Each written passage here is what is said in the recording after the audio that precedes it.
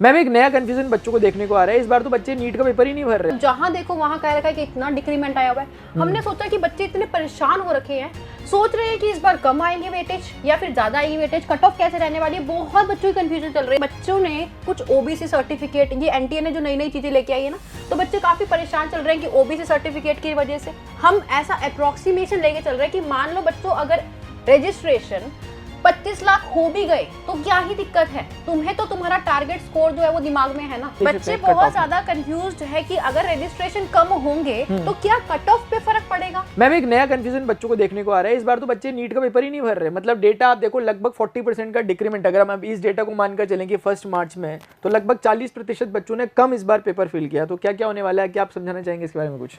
Sir actually अगर आप YouTube देखें ना, भर भर के वीडियोस कवर करी हुई, भर भर के वीडियोस, मतलब जहां देखो वहां कह रखा है कि इतना डिक्रीमेंट आया हुआ है। हमने सोचा कि बच्चे इतने परेशान हो रखे हैं, सोच रहे हैं कि इस बार कम आएंगे वेटेज या फिर ज्यादा आएगी वेटेज, कट ऑफ कैसे रहने वाली है। बहुत बच्चों की कंफ्यूजन चल रही है, तो इसको प्रॉपर क्लैरिटी के साथ में आज खत्म ही कर देते हैं बात को। रीजन क्या हो सकता है मैम इसका कि 24 लाख बच्चे, 24 से 25 लाख बच्चों ने लास्ट टाइम पेपर फिल किया था, लेकिन आज की डेट में अगर देखें 1 मार्च का डेटा को अगर हम लेते हैं तो 15.7 लाख बच्चों ने पेपर भरा है। तो क्या स्पेसिफिक रीजन हो सकते हैं इसके? सर बहुत रीजन, तो बहुत सारे मल्टीपल रीजन है। पहली बात तो अभी 7 मार्च तक है। हाँ। तो हम देखेंगे कि यहाँ पर हम अप्रोक्सीमेशन में लेके चलते हैं कि कुछ 5-6 लाख बच्चे और अभी पेपर भरेंगे।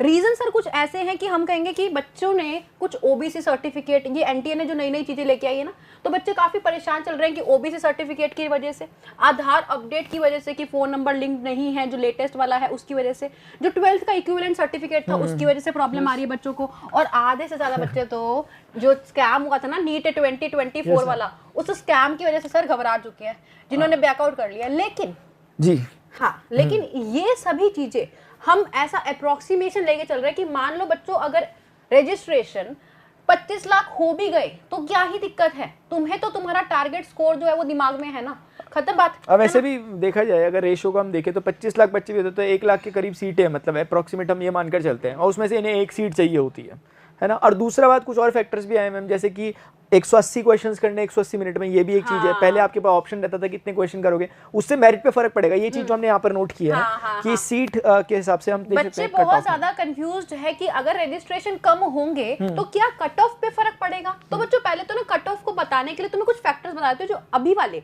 यानी नीट 2025 की कट ऑफ पे इम्पैक्ट कर रहे हैं। सबसे पहली चीज तो बच्चों आपकी सीट, इस बार सीट फॉर श्योर इंक्रीज हो गई है आपकी, तो अगर सीट इंक्रीज होती है तो कट ऑफ उस हिसाब से कम जाती है।